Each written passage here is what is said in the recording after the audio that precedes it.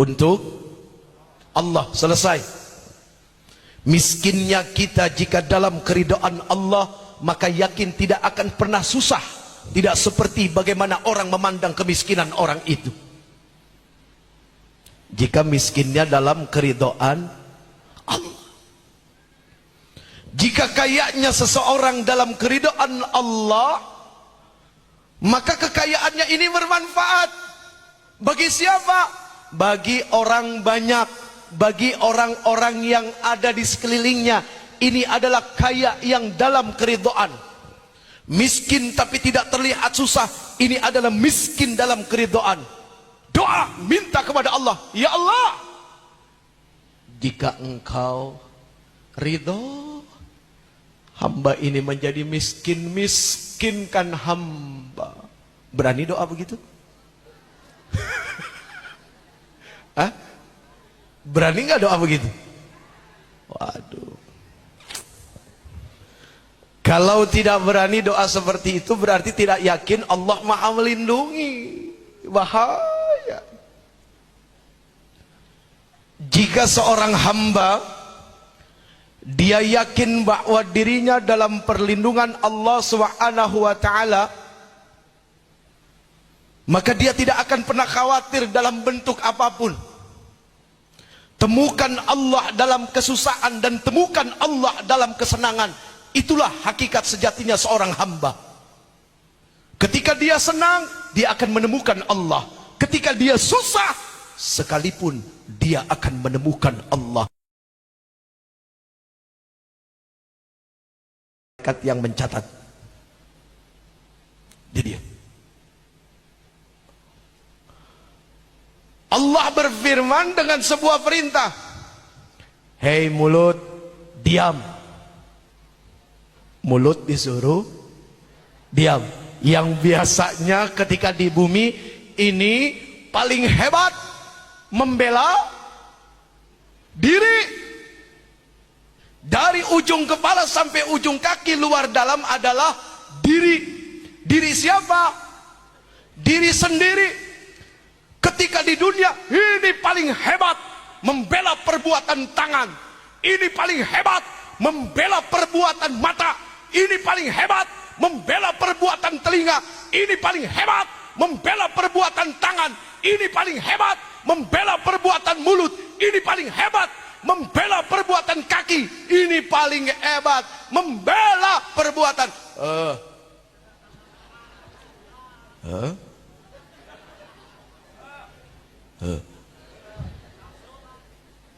apa?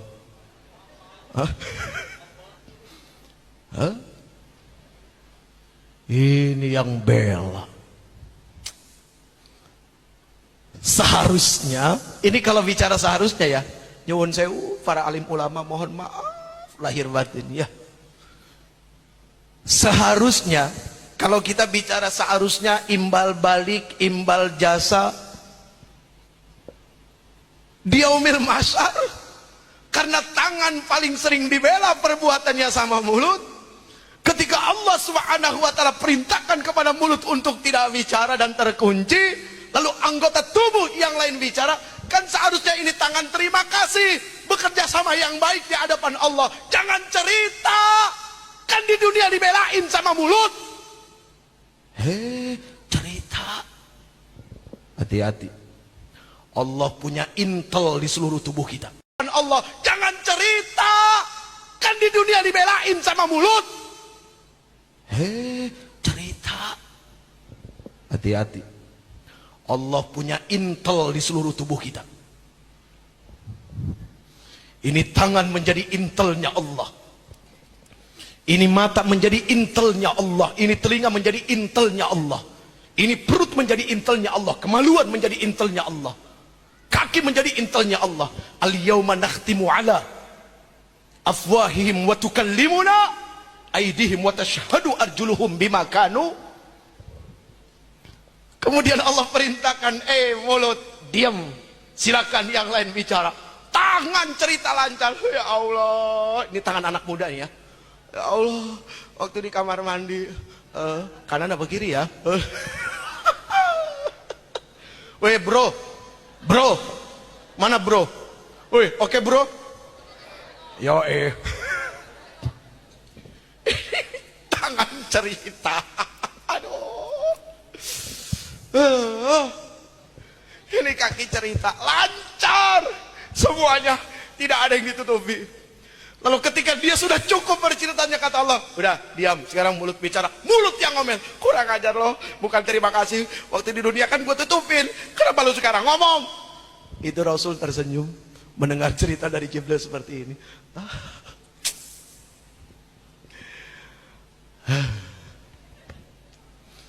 Orang keton.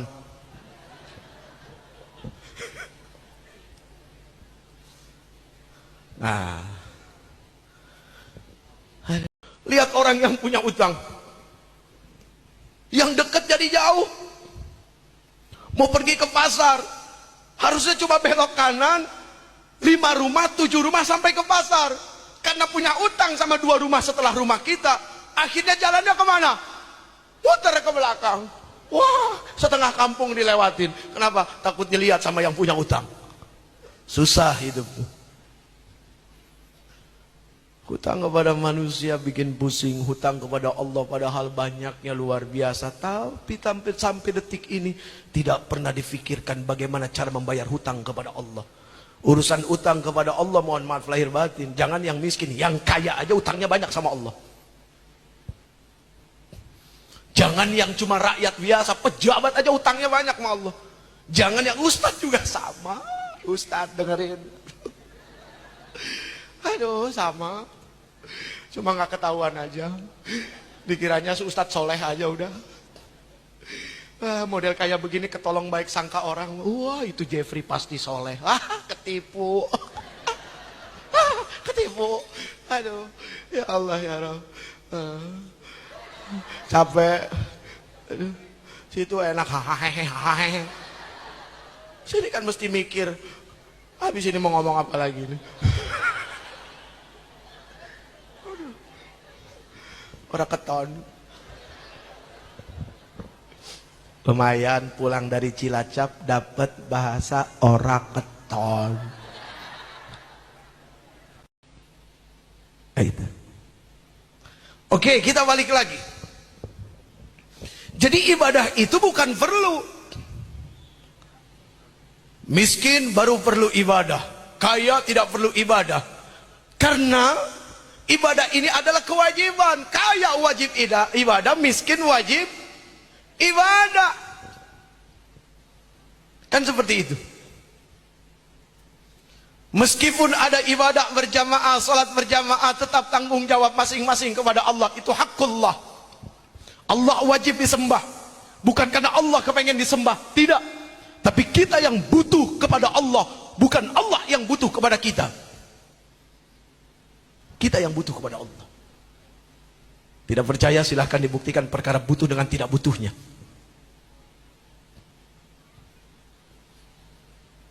Hati-hati dengan sebuah kesadaran. Kadang-kadang orang berpikir terlalu percaya diri bahwa umurnya bakal panjang. Gak ketika masih sehat, masih punya kesempatan, ibadah yang paling mudah untuk ditinggalkan. Ibadah itu macam-macam. Ibadah yang berefek kepada kepribadian, ibadah yang berefek kepada lingkungan masyarakat, ini adalah ibadah. Sudah sholat belum? Sudah. Apakah benar sudah sholat? Ini pertanyaannya. Kalau saya belum pernah sholat, ibu, bu, si Jeffrey belum pernah sholat, belum pernah sholat yang benar. Sholatnya masih kacau. Mau mengaku sholat yang benar susah. Apalagi ketika disambungkan dengan nilai akhlak. Karena inna salata tanha anil fahsyai wal munkar. Sesungguhnya salat itu mencegah pelakunya yang salat itu dari berbuat keji dan mungkar. Ketika salatnya sudah berbuat kejinya terus, ketika salatnya sudah mungkar terus, pertanyaannya, apakah sudah salat? Itu dia. Apakah sudah ibadah? Ibadah itu kan pengabdian diri, penyembahan secara total kepada Allah dalam bentuk yang begini, dalam bentuk yang kemana-mana. Ibadah. Ibadah. Kewajiban yang pertama ibadah. Kewajiban yang kedua, khalifah. Apa khalifah artinya? Khalifah artinya adalah pemimpin. Pemimpin yang gimana? Pemimpin yang bagaimana yang dimaksud oleh Allah Subhanahu wa taala? Apakah presiden? Bukan. Apakah gubernur? Bukan. Apakah bupati? Bukan. Apakah camat? Bukan. Apakah lurah? Bukan. Apakah RW? Bukan. Tapi khalifah yang dimaksud pemimpin di sini adalah apa? Diriin. Dan ketika Allah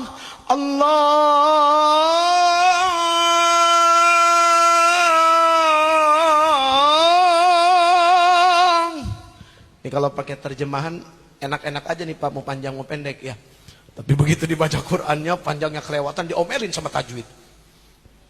Iya kan? Diomelin sama tajwid. Pelanggaran hukum lalu lintas dalam pertajwidan. Orang baca Quran hukum tajwid itu hukum lalu lintas. Jadi ketika orang berjalan seperti seorang yang berjalan dengan mengendarai kendaraan, lalu dia harus patuh kepada hukum-hukum. Overburden, nggak boleh lewat. OS, tidak boleh berhenti. Di Quran juga ada. Jadi hukum lalu lintas mengambil daripada hukum tajwid sebetulnya tanda-tandanya. Boleh langsung, boleh terus. Ya kan? Seperti itu. Ini Masya Allah. Luar biasa itu. Aduh, Allahu Akbar. Nah sama ketika orang belajar baca Quran, seperti orang baru belajar naik motor, sabar dulu. Jangan main ngebut aja. Yakin pasti salah. Dinikmatin tuh bacaannya satu-satu. Makharijul hurufnya dipenuhi haknya. Sifatul hurufnya dipenuhi haknya. Dipenuhi baik-baik. Kan gitu. Jadi nggak ada bedanya dengan orang berlalu lintas.